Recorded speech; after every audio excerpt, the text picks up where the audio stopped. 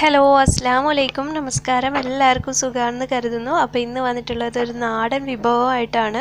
അതായത് പൊതി പൊറോട്ട. ഒരുപാട് പേർ കേട്ടിട്ടും കഴിച്ചിട്ടും ഒക്കെ ഉണ്ടാവും. കഴിച്ചവർക്കറിയാം നല്ല ടേസ്റ്റിയാണ്. അപ്പോൾ ഇത് സാധാരണ റെസ്റ്റോറൻറ്റിലൊക്കെയാണ് ഇത് നമ്മൾ കഴിക്കാറ്. അപ്പോൾ നമുക്കിത് വീട്ടിലെങ്ങനെ എളുപ്പത്തിൽ ഉണ്ടാക്കാൻ നോക്കാം. വളരെ സിമ്പിളാണ്.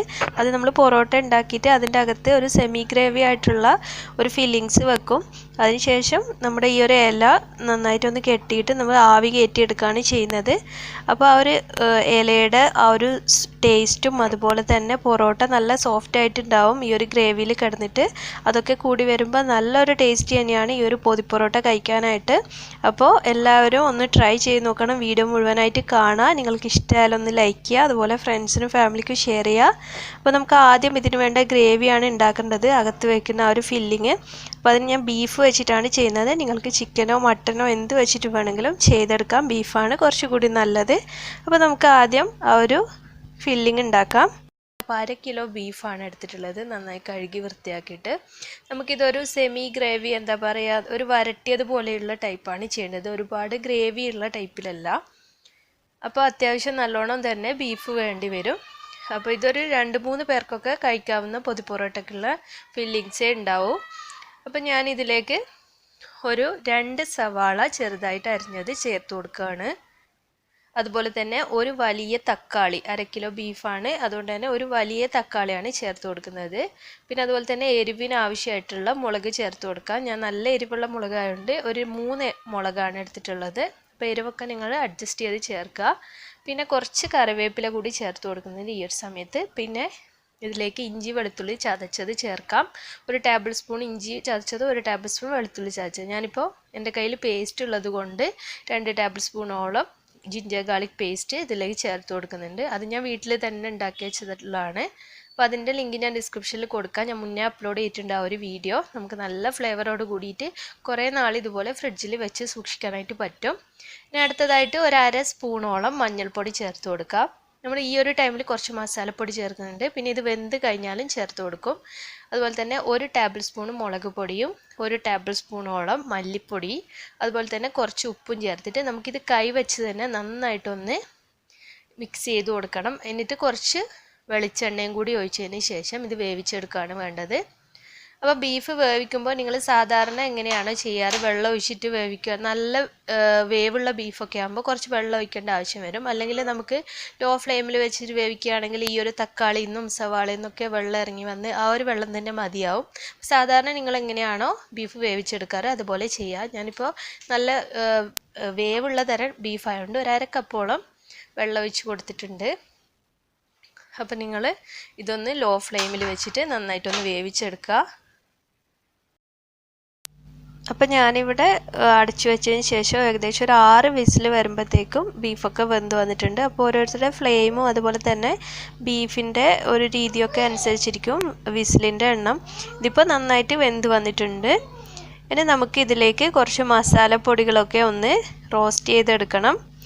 അപ്പോൾ അതിനായിട്ട് ഒരു പാൻ വെച്ചിട്ടുണ്ട്. അതിലേക്ക് ഞാൻ ഓയിലാണ് ചേർത്ത് കൊടുക്കുന്നത്, സൺഫ്ലവർ ഓയിൽ. അപ്പോൾ വെളിച്ചെണ്ണ നിങ്ങൾക്ക് താല്പര്യമെങ്കിൽ കുറച്ച് വെളിച്ചെണ്ണ, 1 ടേബിൾ സ്പൂണോളം വെളിച്ചെണ്ണ എടുത്താൽ മതി.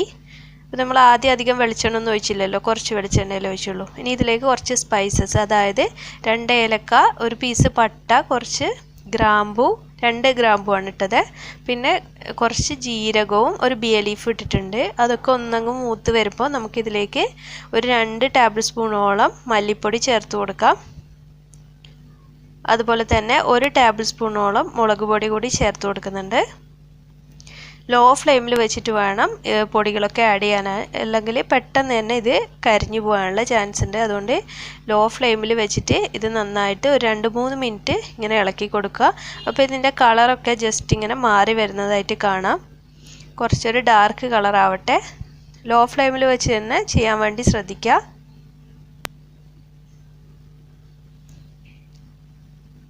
ഇപ്പോൾ കണ്ടില്ലേ, ഇതിപ്പോൾ നന്നായിട്ട് പൊടികളൊക്കെ പച്ചമണമൊക്കെ പോയി ഒരു കളറായി വന്നിട്ടുണ്ട്. ഈ ഒരു കളറാകുമ്പോൾ നമുക്കിതിലേക്ക് വേവിച്ച് വെച്ചിരിക്കുന്ന ബീഫ് ചേർത്ത് കൊടുക്കാം.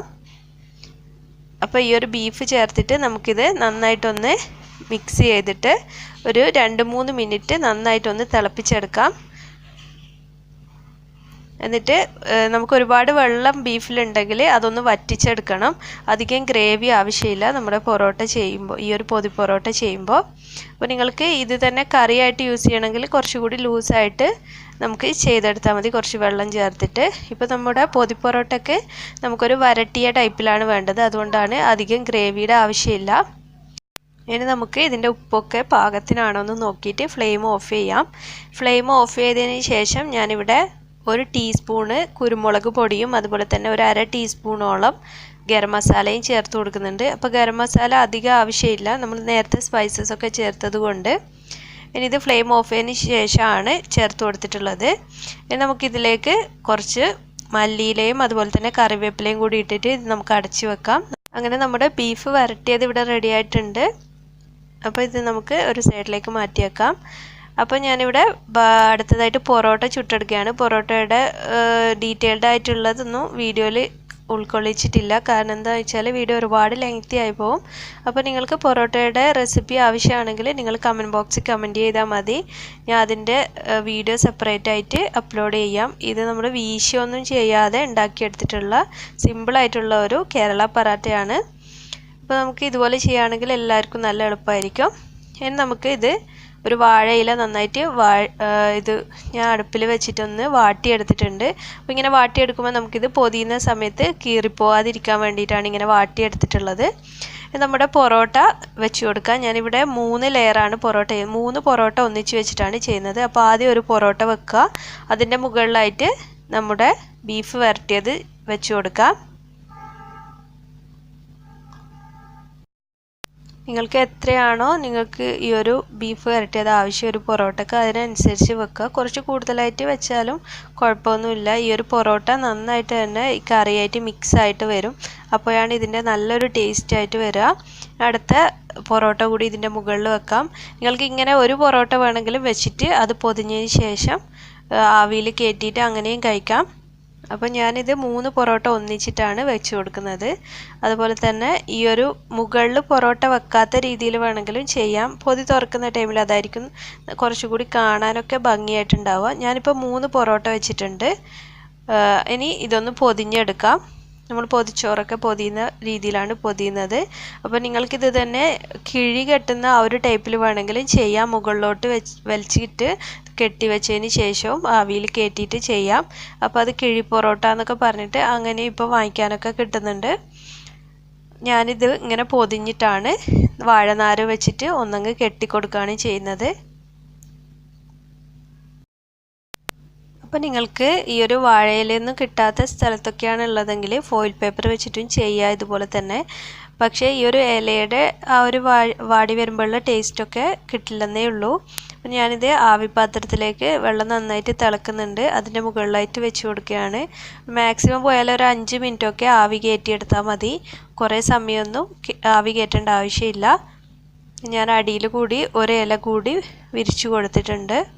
ഇനി ഇത് അടച്ച് വെച്ചിട്ട് ഒരു 5 മിനിറ്റ് കഴിയട്ടെ, നമുക്കിത് ഓപ്പൺ ചെയ്ത് നോക്കാം. അപ്പോൾ 5 മിനിറ്റ് കഴിഞ്ഞിട്ടുണ്ട്. ഇപ്പം നമ്മുടെ പൊതി പൊറോട്ട നന്നായിട്ട് ആവിയൊക്കെ കയറി വന്നിട്ടുണ്ട്. ഇതിപ്പോൾ ഇങ്ങനെ ചൂടോടുകൂടി കഴിക്കാനും നല്ല ടേസ്റ്റാണ്. അതുപോലെ തന്നെ നമ്മളിത് പൊതിഞ്ഞതിന് ശേഷം 1 മണിക്കൂറൊക്കെ വെച്ചിട്ട് ആവി കയറ്റി കഴിക്കുമ്പോഴാണ് കുറച്ചുകൂടി നല്ലൊരു ടേസ്റ്റായിട്ട് തോന്നിയത്. അപ്പോൾ നിങ്ങൾ താല്പര്യം പോലെ ചെയ്ത് നോക്കുക. അത് ഞാനൊരു പ്ലേറ്റിലേക്ക് മാറ്റിയിട്ട് ഇത് ഓപ്പൺ ചെയ്യാണ്, ചൂടോടുകൂടി തന്നെ കഴിക്കുകയാണ്. അപ്പോൾ വളരെ സിമ്പിളാണല്ലോ ഈ ഒരു പൊതി പൊറോട്ട. ഇത് ഒരുപാട് തട്ടുകടയിലും അതുപോലെ റെസ്റ്റോറൻറ്റിലൊക്കെ അവരുടെ മെയിൻ ഡിഷായിട്ട് സെർവ് ചെയ്യുന്ന ഒന്നാണ് പൊതി പൊറോട്ട. അപ്പോൾ നിങ്ങൾ വല്ലപ്പോഴും പൊറോട്ടയൊക്കെ ഉണ്ടാക്കുകയാണെങ്കിൽ ഇതുപോലെ പൊറോട്ടയും ബീഫൊക്കെ ഉണ്ടാക്കുമ്പോൾ ഇതുപോലെ ഒന്ന് ചെയ്ത് നോക്കുക. അതുപോലെ ചെയ്യുന്ന സമയത്ത് എന്തെങ്കിലും ഡൗട്ട് ഉണ്ടെങ്കിൽ നിങ്ങൾ കമൻറ്റ് ബോക്സിൽ ചോദിച്ചാൽ മതി, ഞാൻ റിപ്ലൈ തരാം. അതുപോലെ തന്നെ നിങ്ങൾ ആരെങ്കിലും ഈ ഒരു വീഡിയോ ഈ ഒരു ചാനൽ ആദ്യമായിട്ട് കാണുകയാണെങ്കിൽ വീഡിയോക്ക് താഴെ ഒരു ചുവന്ന സബ്സ്ക്രൈബ് എന്ന് എഴുതി കാണാം, അതൊന്ന് ക്ലിക്ക് ചെയ്യുക. അപ്പോൾ ഒരു കുഞ്ഞു ബെല്ലിൻ്റെ പടം വരും, അതിൽ ഓൾ എന്ന ഓപ്ഷൻ ക്ലിക്ക് ചെയ്യുകയാണെങ്കിൽ ഞാൻ അപ്ലോഡ് ചെയ്യുന്ന വീഡിയോസ് എല്ലാം നിങ്ങൾക്ക് മുടങ്ങാതെ കാണാൻ കഴിയും. അപ്പോൾ ഇനി മറ്റൊരു നല്ല വീഡിയോ ആയിട്ട് വരുമ്പോഴേക്കും താങ്ക് യു.